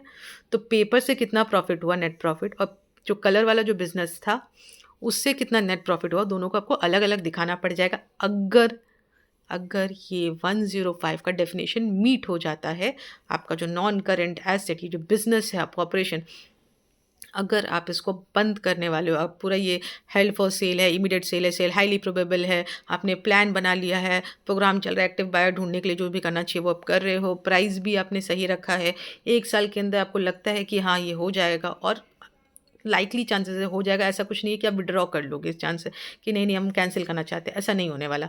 अगर ये सारा कंडीशन मीट हो रहा है तो आपको 105 के हिसाब से दिखाना पड़ेगा, यानी कंटिन्यूड बिजनेस, मेरा अभी का बिजनेस क्या है, पेपर, तो पेपर का क्या प्रॉफिट है, नेट प्रॉफिट क्या है वैसे दिखाना पड़ता है, ईपीएस क्या वैसे दिखाना पड़ता है, और अगर मेरा कोई डिसकंटिन्यूड ऑपरेशन है तो उसका प्रॉफिट क्या है वो दिखाना पड़ता है। अच्छा, ये अलग अलग क्यों दिखाते हैं प्रॉफिट, ये कंटिन्यूड डिसकंटिन्यूड वाला, ताकि इन्वेस्टर समझ सके कि ये जो डिसकंटिन्यूड वाला जो नेट प्रॉफिट है ना, ये नेक्स्ट ईयर नहीं दिखने वाला हम लोग को, जो बिजनेस का प्रॉफिट है उसमें कंटिन्यूड वाला पोर्शन तो चलो रिपीट होगा, बढ़ेगा जो भी मार्केट हो, पर डिसकंटिन्यूड वाला तो बंद करने वाली है हमारी जो कंपनी है। तो इससे क्या होगा, वो अपना इन्वेस्टमेंट प्लान कर सकता है कि हाँ उसे इन्वेस्ट करना है नहीं करना है। हम लोग फाइनेंशियल स्टेटमेंट बना किस ले रहे हैं, इन्वेस्टर्स के लिए ना, जो स्टेक होल्डर्स हैं, जो गवर्नमेंट जिनको चाहिए उनके लिए बना रहे हैं ना, तो उनकी अंडरस्टैंडिंग बेहतर होगी इससे। यही है प्रेजेंटेशन एंड डिस्क्लोजर वाले में बताया गया है, presentation and disclosure objective and principle. ठीक है, to facilitate effective communication of information in financial statement when developing presenting disclosure requirement in India, a balance is needed between giving entities the flexibility to provide relevant information that faithfully, जब भी relevant और faithful निकलता है ना, दिमाग में पहले आना चाहिए for CNE, for CNE, जब भी रेलिवेंट इंफॉर्मेशन फेथफुल रिप्रेजेंटेशन का बात आता है ना, तो दिमाग में आना चाहिए फॉर CNE कटवी, फॉर CNE कटवी, for faithful representation R relevant था। रेलिवेंट में हम लोग PC पढ़े थे कि प्रिडिक्टिव हो, कन्फर्मेटरी हो, और फेथफुल के लिए हम लोग को चाहिए था CNE, मतलब C मतलब था कंप्लीट, न्यूट्रल और एरर फ्री होना चाहिए। ठीक है, एरर नहीं होना चाहिए। और इन्हेंस करना है क्वालिटी, तो इन्हेंस करने के लिए था कटवी। कटवी यानी कंपेरेबल हो, अंडरस्टैंडेबल हो, टाइमली हो, वेरीफाइबल हो, ये। ठीक है, ये आप याद कर लो क्योंकि बार बार रिपीट होता है और ये बहुत इंपॉर्टेंट पॉइंट है। उसके अलावा बताया है giving entities the flexibility to provide relevant information that faithful represent the entity asset, liability, equity, income, expense, सब कुछ सही से रिप्रेजेंट हो। ठीक है, requiring information that is comparable हो, कंपेयर कर सके दूसरी एंटिटी के साथ, कंपेयर कर सके अपने प्रीवियस पीरियड के साथ। ठीक है, इस साल मेरा क्या हुआ था, पिछले साल क्या हुआ था रेवेन्यू, उसको कंपेयर कर सके, या मेरा रेवेन्यू कितना है, सामने वाली कंपनी इस इंडस्ट्री में जो है और भी कंपनी, उसके साथ कंपेयर कर सके कि हम कैसा परफॉर्मेंस कर रहे हैं। ठीक है, effective communication in financial statement is also supported by considering the following principle: entity specific information is more useful than standardise description, and duplication of information in different part of the financial statement is usually unnecessary. Duplicate नहीं करना चाहिए, information को एक जगह दे दिया काफ़ी है, तो वैसे ही बनाना है, इफेक्टिव तरीके से कम्युनिकेट करना है। Classification is the sorting, classification मतलब एसेट, लाइबिलिटी, सबको प्रॉपरली क्लासीफाई करना, प्रेजेंट करना, डिस्क्लोज करना, किसको एसेट बनाना है, किसको लाइबिलिटी बनाना है, किसको इनकम, किसको इक्विटी, ये सब प्रॉपरली क्लासीफाई हो, प्रॉपर तरीके से disclose. Such characteristics include but are not limited to the nature of the item, the role within the business activity conducted by the entity, and how it is measured. Classifying dissimilar asset, liability, equity and expenses can, अच्छा अलग अलग item को अगर आप एक साथ दिखा दोगे ना, तो क्या होगा, ऑब्सक्योर हो जाएगा रेलिवेंट इन्फॉर्मेशन। ऑब्सक्योर यानी उस पर हर्डल आ जाएगा, समझ में नहीं आएगा, चीज़ें क्लियर नहीं होंगे पढ़ने वाले के लिए। ऑब्सक्योर यानी हिडन हो जाता है चीज़ें की, लेयर पे लेयर आ जाता है, समझ में नहीं आता कि क्या बोलना चाहते हैं, तो ऑब्सक्योर करता है relevant information, reduce understandability, comparability भी कम हो जाएगा, may not provide faithful representation हो, तो करेक्ट क्लासिफिकेशन करना पड़ता है हम लोग को। ठीक है, classification of asset and liability, classification is applied to the unit of account selected for an asset and liability. Unit of account मैंने बताया था, या तो इंडिविजुअल होगा या तो ग्रुप होगा, डिपेंड करता है कौन सा इंडेक्स फॉलो कर रहे हो आप और उस इंडेक्स में क्या लिखा है। तो क्लासिफिकेशन हमको अप्लाई करना पड़ता है, यूनिट जो भी यूनिट ऑफ अकाउंट है सिलेक्टेड फॉर द एसेट और liability. However, it may sometimes be appropriate to separate an asset liability into compound that have different characteristic and to classify those components separately. ठीक है, offsetting पे जाते हैं। Offsetting मैंने आपको बताया क्या, offsetting occur when an entity recognise measure both asset liability, दोनों आ रहा है as a separate unit of account, both group them into a single net amount in the balance sheet. Balance sheet में net basis पे दिखाना पड़ेगा। Offsetting classified dissimilar item together and therefore is generally not appropriate. Generally offsetting नहीं किया जाता। Offsetting कब करेंगे, जब लीगली परमिजेबल हो, इंडिया अलाउ करता हो, मैनेजमेंट का इंटेंशन है कि हाँ उसको करना है, नेट पे शो करना है, फॉलो करना है, तब। ठीक है, इसके बारे में मैंने बताया, रेवेन्यू चैप्टर में आपको पता चलेगा। इसके अलावा है classification of equity, to provide useful information it may be necessary to classify equity claim separately if those equity claim have different characteristics. Similar to provide useful information it may be necessary to classify component of equity separately if some of those components are subject to particular legal, regulatory or other requirement. For example, in some judicial entities permitted to make distribution to holder of equity claim only if the entity has sufficient reserve specified as distribution. Separate presentation disclosure of those reserve may provide useful information. कई बार क्या होता है, government बोलता है ना कि आपको इतना पैसा अलग करके रखना पड़ेगा, तो उसको अलग रखिए इक्विटी से। तो क्लासीफाई करना प्रॉपर्ली, इक्विटी को प्रॉपर्ली क्लासीफाई करना है उसमें, ठीक है। उसमें अलग से सेग्रीगेट करना है कुछ अगर है तो उसको करिए, ताकि क्लियर समझ में आए कि हाँ कितना एग्जैक्टली कितना इक्विटी है। वही लिखा है, similar to provide useful information it may be necessary to classify component of equity. कुछ इक्विटी का कोई पार्ट को अलग से दिखाना पड़े तो दिखाना पड़ सकता है।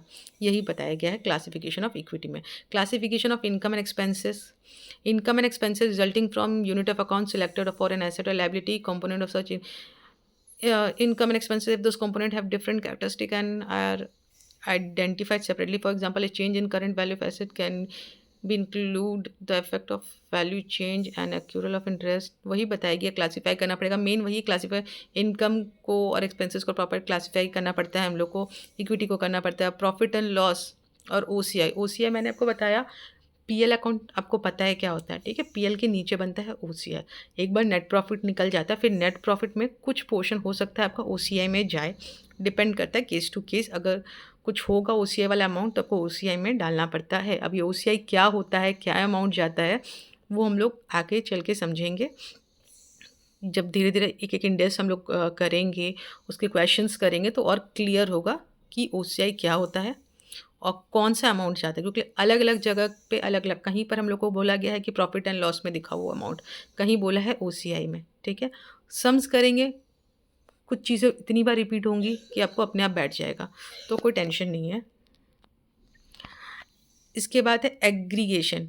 एग्रीगेशन यानी टोटल में करके दिखाना, ठीक है, एग्रीगेट करके दिखाना। Aggregation is adding together of asset, liability, equity, income, expenses that have shared characteristic and are included in same classification. Same classification के अंदर है, क्या मुझे इसको एग्रीगेट करके दिखाऊं कि अलग अलग दिखाऊं। Aggregation make information more useful by summarizing large volume of detail. However, aggregation conceals some of that details. Hence, balance need to be found so that relevant information is not obscured either by large amount of insignificant detail or by excessive aggregation. तो कब aggregate करना है, कब नहीं करना है, ठीक है। इंडेक्स में लिखा हुआ है अलग अलग इंडेक्स में कि कब क्या करना है, टेंशन नहीं। बस एग्रीगेशन का मतलब पता होना चाहिए आपको कि कब टोटल करके दिखाना है, कब मुझे इंडिविजुअली अलग अलग करके दिखाना है, ठीक है। वही बताया गया है। एक इलास्ट्रेशन है, मैं कहूँगी जब भी आप आईसीए का कोई भी मॉड्यूल ओपन करें, पढ़ें इसको अपने से, जितना भी इलास्ट्रेशन है, एग्जाम्पल है, उसको ज़रूर से पढ़ें, ठीक है। हो सकता है ऊपर का कुछ थ्योरी स्केप कर दो, it's okay, it's fine, but illustration जो है ना वो सारे के सारे एक बार ज़रूर पढ़िएगा। इलास्ट्रेशन बहुत बहुत इंपॉर्टेंट होते हैं, ठीक है। कई बार तो इलास्ट्रेशन से क्वेश्चन बन जाता है, तो बिल्कुल भी मत छोड़िएगा कोई भी इलास्ट्रेशन को। थ्योरी भले ऊपर नीचे कर सकते हो आप, इलास्ट्रेशन पर ज़रूर सारा करिएगा बुक का। इलास्ट्रेशन 4 है कि एवरेस्ट लिमिटेड एक लिस्टेड कंपनी है, having investment in various subsidiary, बहुत सारी सब्सिडरी है। उस in its annual financial statement for the year ending 31 March 2002 as well as 31 March 2003, Everest limited classified Kanchenjunga limited as subsidiary as held. अच्छा, उसकी एक subsidiary है जिसको वो बोलती है हेल्ड फॉर सेल, ठीक है, एंड उसको डिसकंटिन्यूड ऑपरेशन की तरह दिखा रही है, ठीक है। On 1 November the share holder had authorise the management. 1 नवंबर को क्या हुआ, ठीक है, 1 नवंबर को जो शेयर होल्डर है उन्होंने मैनेजमेंट को ऑथराइज कर दिया, authorise the management to sell all of his holding in Kanchenjunga within the year. बोला 1 साल के अंदर हम लोग सारा इसका जो होल्डिंग है सब बेच देंगे, डिसाइड कर लिया गया था, ठीक है, फाइनेंशियल ईयर में डिसाइड कर लिया, ठीक है। इन द ईयर, तो फाइनेंशियल ईयर एंड हुआ, ठीक है, मार्च में एंड होगा, मार्च 2 में एंड हुआ। The management made a public announcement कर दिया कि इंटेंशन है हम लोग ये अपना इन्वेस्टमेंट सेल कर, बट डिड नॉट कोई actively try to sell the subsidiary as it was still operating within the, पर उसको कोई एक्टिवली वो कर ही नहीं रहा। मैंने आपको कैटेगरी में बताया था हेल्ड फॉर सेल, जिसमें था held for sale for immediate sale और सेल हाईली प्रोबेबल होना चाहिए। उसके साथ मैंने बताया था plan program price 1 year likely, plan होना चाहिए, एक्टिव प्रोग्राम होना चाहिए, प्राइस सही मार्केट वाला प्राइस होना चाहिए, 1 साल के अंदर सेल हो जाए, इतना मतलब देख के लगना चाहिए कि हाँ 1 साल सेल हो जाएगा, और लाइकली होना चाहिए कि आप इससे पीछे नहीं हटोगे, ठीक है, इतना लाइकली कि आप हटोगे नहीं, इट्स अनलाइकली कि आप पीछे हट जाओगे, ठीक है। तो यहाँ तो जैसे देख के लिख रहा है कि कुछ गड़बड़ है, क्योंकि पूरी तरीके से, क्योंकि यहाँ तो लिख दिया है कि उन्होंने the management made a public announcement of its intention to sell the investment but did not actively try to sell, कोशिश ही नहीं कर रहा, एक्टिवली तो करना पड़ेगा उसको। Certain organisational changes were made in by Everest limited during the year, ठीक है, साल में कुछ चेंजेस भी किए, thereby resulting in additional activity being, उल्टा और काम बढ़ गया, कंचनजंगा को और भी सारे काम दे दिए, उसको तो सेल करने का बात था ना, पर उसमें तो और भी काम एक्टिविटी ऐड करते जा रहे हैं लोग। Additionally during the year 31 March 3 वाले के टाइम में there has been a draft agreement some corresponding with investment banker which showed in principle only the Kanchenjunga was still for sale, पर कुछ एग्रीमेंट के हिसाब से दिख रहा है कि हाँ इसको भी सेल पे रखा है। तो दोनों तरफा की बातें हो रही है, तो ऐसे में हम लोग क्या करें, discuss whether the classification of Kanchenjunga limited as held for sale and its presentation as discontinued operation, क्या ये सही है। इसके साथ बोला गया कि by referring to the principle of relevant Ind AS के हिसाब से बताओ, इंडेस तो 105 है यहाँ पर लगता, and evaluating the treatment in the context of conceptual framework को भी ध्यान में रखे आप आंसर दो, ठीक है, ये बोला, दोनों को इसको ध्यान में रखे आंसर देना। आंसर है कि Kanchenjunga limited is a disposable group, उसको डिस्पोज करना चाहता है under Ind AS 105 non current asset held for sale and discontinued operation. Disposable group can be defined as a group of asset, disposable group यानी जब हम कोई ग्रुप ऑफ एसेट को sale करना चाहते हैं, to be disposed of, sale otherwise together as a group in a single transaction and liability directly associated with those assets that will be transferred in the transaction, ठीक है। Disposable group यानी पूरा group को हम एक साथ cell कर देना चाहते हैं, ग्रुप ऑफ एसेट को सेल करना चाहते हैं, ठीक है। Ind AS 105 provide that disposable group shall be classified as held for sale. Disposable group जो है, जो पूरा ग्रुप ऑफ एसेट जो मैं बेचना चाहती हूँ, ठीक है, उसको मैं कब क्लासीफाई करूँ एज हेल्ड फॉर सेल, क्योंकि वो तो मेरा पहले नॉन करेंट एसेट था, बिजनेस का पार्ट था, कोई इन्वेंटरी तो नहीं था कि मैं उसको सेल के लिए रखी थी, मैं इसको सेल के लिए तो नहीं रखी थी, नॉन करेंट एसेट बोल के रखी थी, बट अब मुझे उसको सेल करना है, तो उसको हेल्ड फॉर सेल कब बोलेंगे 105 में, कब उसको 105 के हिसाब से ट्रीटमेंट देंगे, अलग से दिखाने वाला कहानी कब आएगा। तो 105 बोलता है that disposable group shall be close, disposable group को आप हेल्ड फॉर सेल बोल सकते हो अगर if its carrying amount will be recovered physically through sale, क्योंकि मुझे अगर उसको सेल करने का इंटेंशन है कि बेच के हम उसको रिकवर करना चाहते हैं, rather than through continuing operation, continuing use. जैसे हम लोग जानते हैं प्लांट एंड मशीनरी बिल्डिंग जो कंपनी का होता है, क्या कंपनी क्या उसको सेल करने के लिए थोड़ी रखी है, उसको अपने बिजनेस में यूज़ करने के लिए रखी है, पर अगर उसको सेल करके उससे वो पैसा निकलवाना चाहती है तो इसका मतलब वो डिसकंटिन्यूड होने वाला है। India's 105 is particularly strict as far as application of held for sale criteria is concerned, and often the decision to sell an asset or dispose of it is made well before the criteria are met. Thus, as a part of India's 105 for asset या कोई disposable group to be classified, कोई एक disposable group है, disposable group यानी जो group of asset है जिसको मैं बेचना चाहती हूँ, टू बी उसको अगर मुझे हेल्ड फॉर सेल बोलना है, it must be available for immediate sale in the present condition.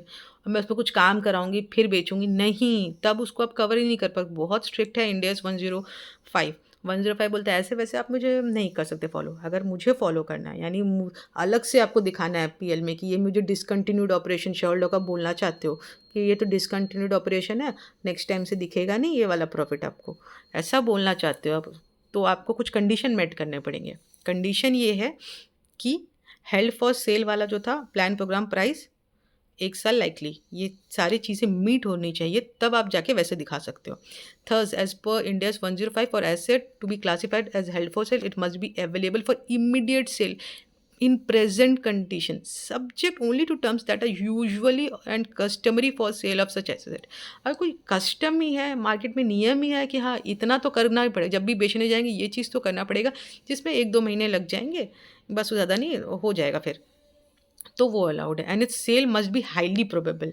Held for sale आपको याद रखना पड़ेगा, वो जो निमोनिक्स है HFS, held for sale, held for sale for immediate sale, sale highly probable, ठीक है। Plan program price 1 year likely for the sale to be highly, अच्छा हाईली प्रोबेबल कब बोलेंगे, सेल को हाईली प्रोबेबल तब बोलते हैं जब plan program price 1 year likely होता है, ठीक है।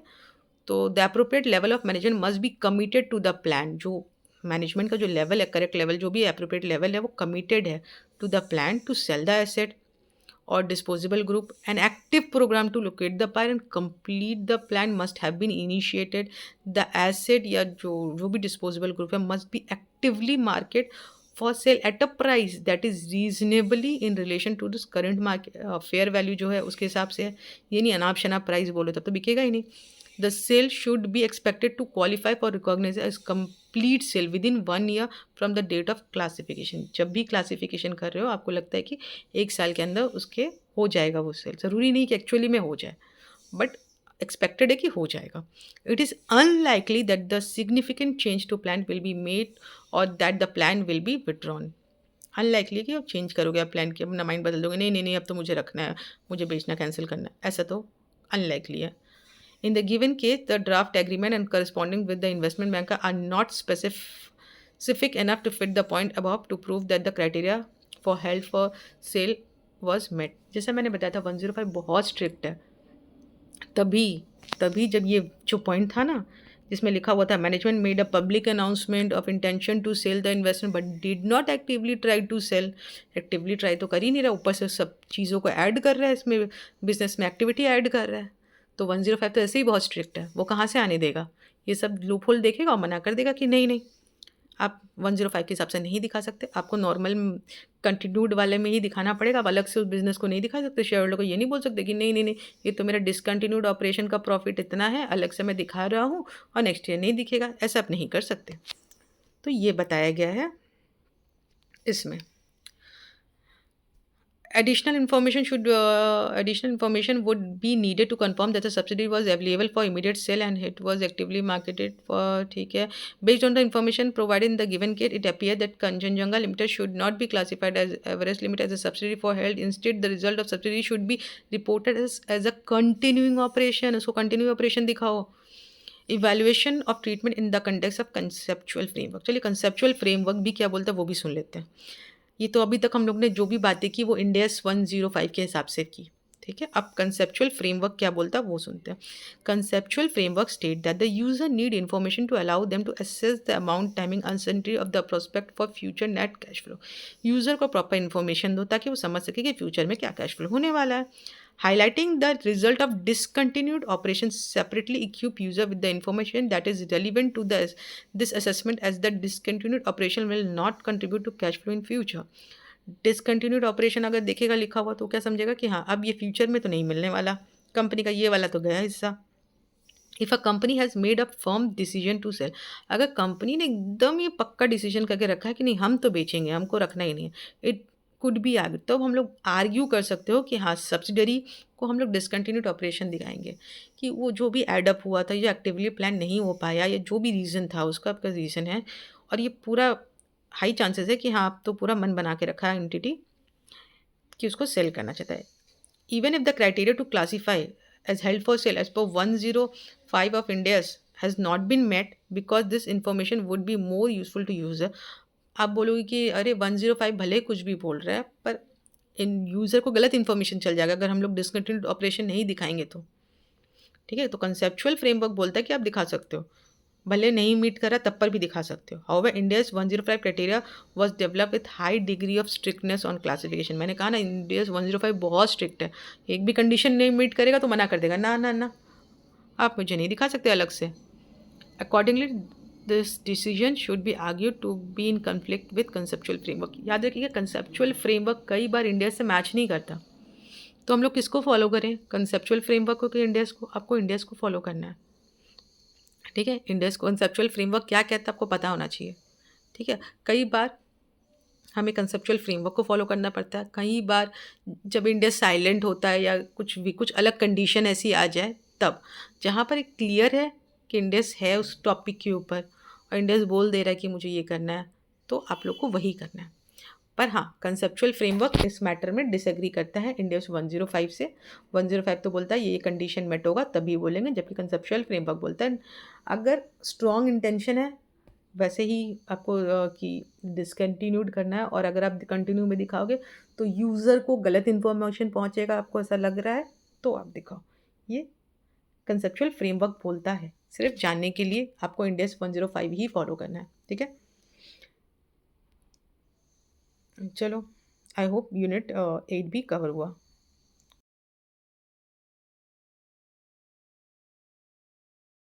Unit 9, concept of capital and capital maintenance. इसके बाद आपका चैप्टर 2 ख़त्म हो जाएगा सिर्फ यूनिट 9 होने से, ठीक है, क्योंकि बाकी यूनिट्स मैंने कवर कर दिया।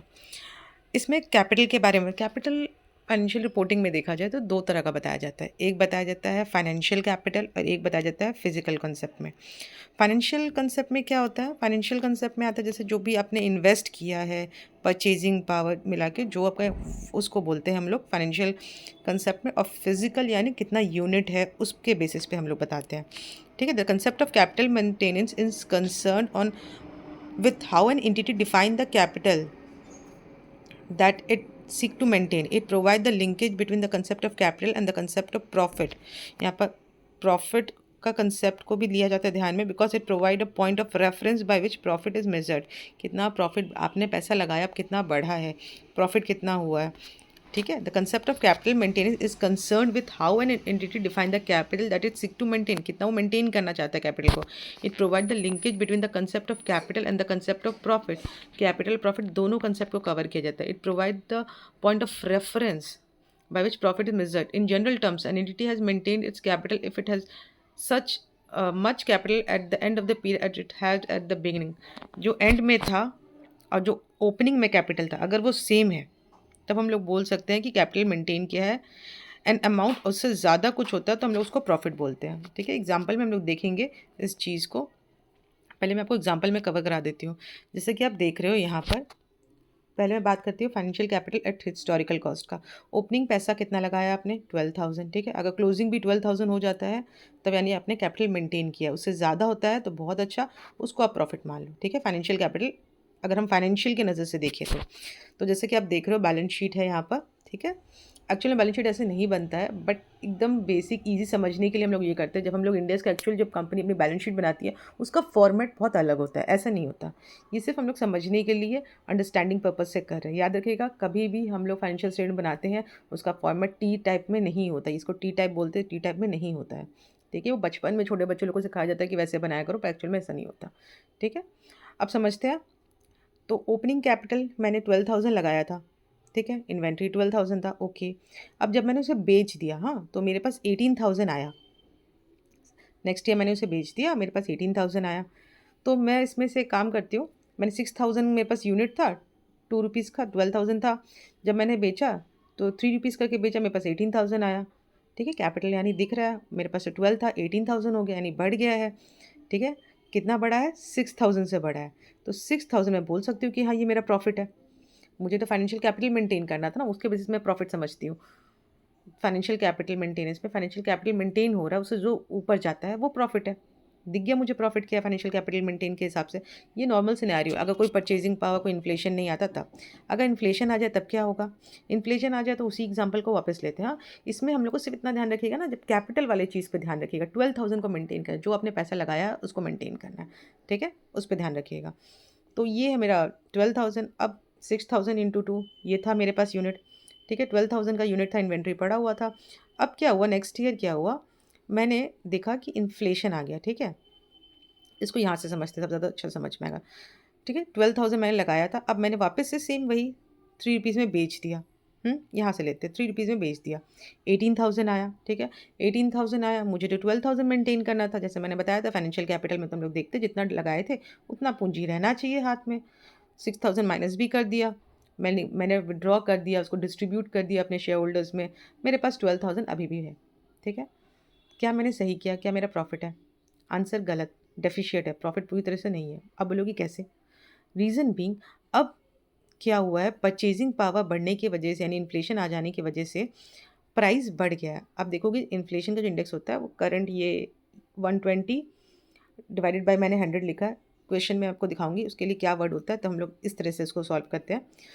तो अब क्या हुआ है, इतना तो क्लियर है ना कि 18,000 मैंने बेचा, जो मैंने स्टार्टिंग में किया था 18,000 था, 6,000 बेचा, 12,000 कैपिटल था, वही 12,000 दिख रहा है। ओपनिंग मैंने ये दिख रहा है हम लोग को। पर असल में क्या हुआ है ना, इन्फ्लेशन की वजह से अब हो गया है 14,400 का वो यूनिट हो गया। यानी अगर आप वापस से सेम स्केल ऑफ बिजनेस वापस वहीं से चालू करोगे तो कम से कम आपको 14,400 चाहिए, पर आपके हाथ में तो 12,000 है। कैपिटल मेंटेन तो हुआ ही नहीं, हमको तो 12,000 का कैपिटल मेंटेन करके चल रहे थे हम लोग, तो परचेजिंग पावर की वजह से कैपिटल मेंटेनेंस में चेंज आ गया। तो ये जो डेफिशिएट दिख रहा है 2,400 का, जो मुझे डेफिशिएट दिख रहा है वो एक्चुअल मेरा लॉस है।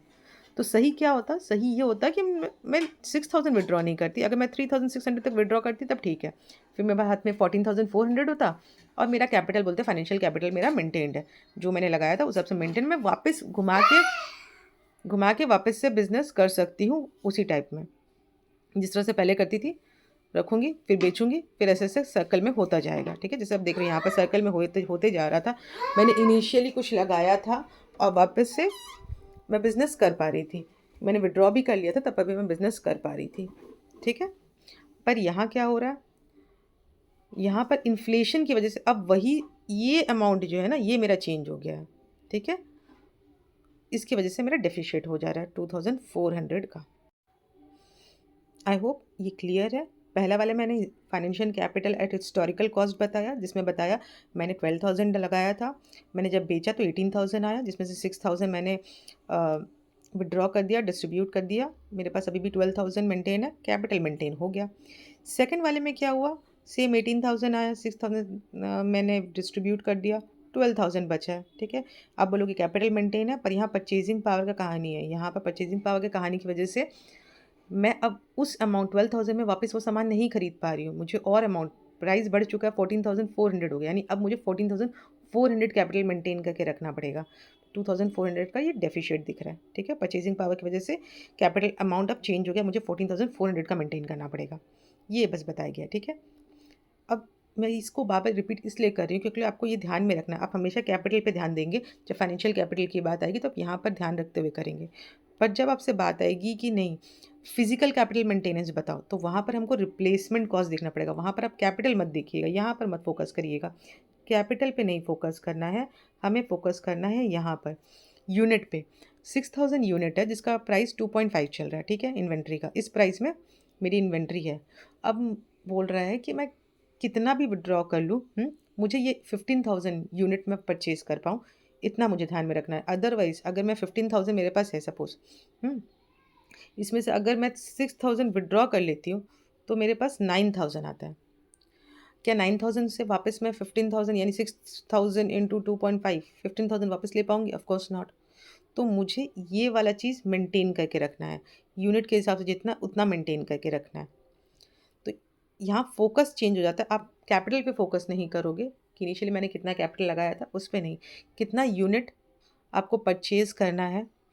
ठीक है, वो बिज़नेस वही लेवल ऑफ बिज़नेस अगर मेंटेन करने के लिए, मैं आगे की बात नहीं कर रही हूँ, आगे आप जहाँ से स्टार्ट किए थे वो लेवल ऑफ बिज़नेस मेंटेन करने के लिए परचेज़ करो सेल करो, परचेज सर्कल घूम रहा है, सर्कल घूम रहा है, तो लेवल ऑफ बिज़नेस मेंटेन करने के लिए आपको हमेशा 15,000 का मेंटेन करके रखना है।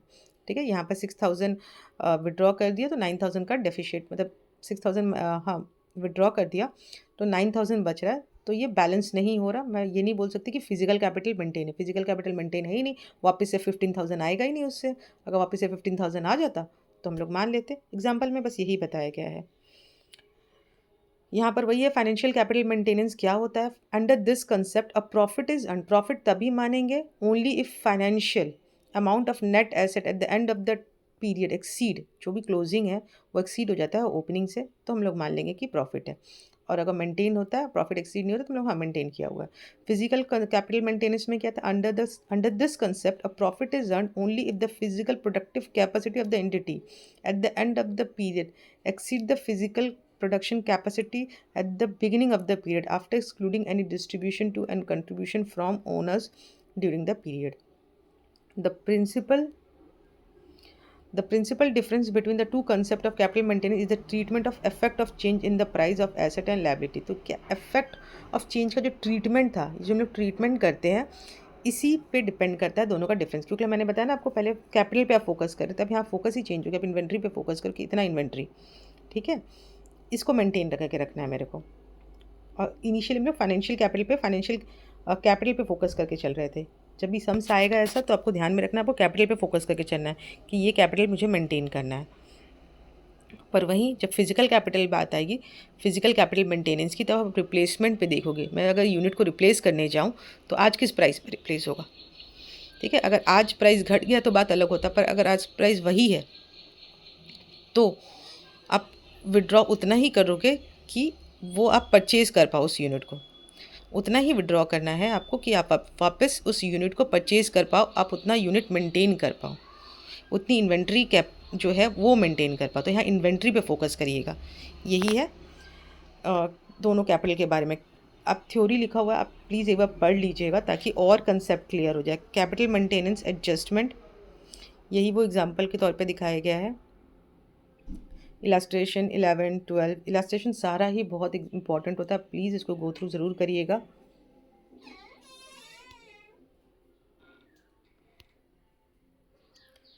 इसके साथ एक लास्ट क्वेश्चन है। The director of Jayanta have receive the following email from his majority share holder to director of Jayanta limited measurement. I recently read an article publish in financial press about the mix measurement. यहाँ mix measurement approach के बारे में बताया गया है। Mix measurement approach, mix measurement approach यानी किसी matter के लिए आप अलग मेजरमेंट यूज़ कर रहे हैं, किसी मैटर किसी को हिस्टोरिकल पे मेज़र कर रहे हो, किसी को रिप्लेसमेंट पे मेज़र कर रहे हो, किसी को फेयर वैल्यू पे मेज़र कर रहे हो, किसी को वैल्यू इन यूज़ पे मेज़र कर रहे हो, अलग अलग यूज़ कर रहे हो। इंडेक्स में हम लोग फाइनेंशियल स्टेटमेंट जो बनाते हैं उसमें यही तो करते हैं, अलग अलग चीज़ों पे मेज़र करते हैं।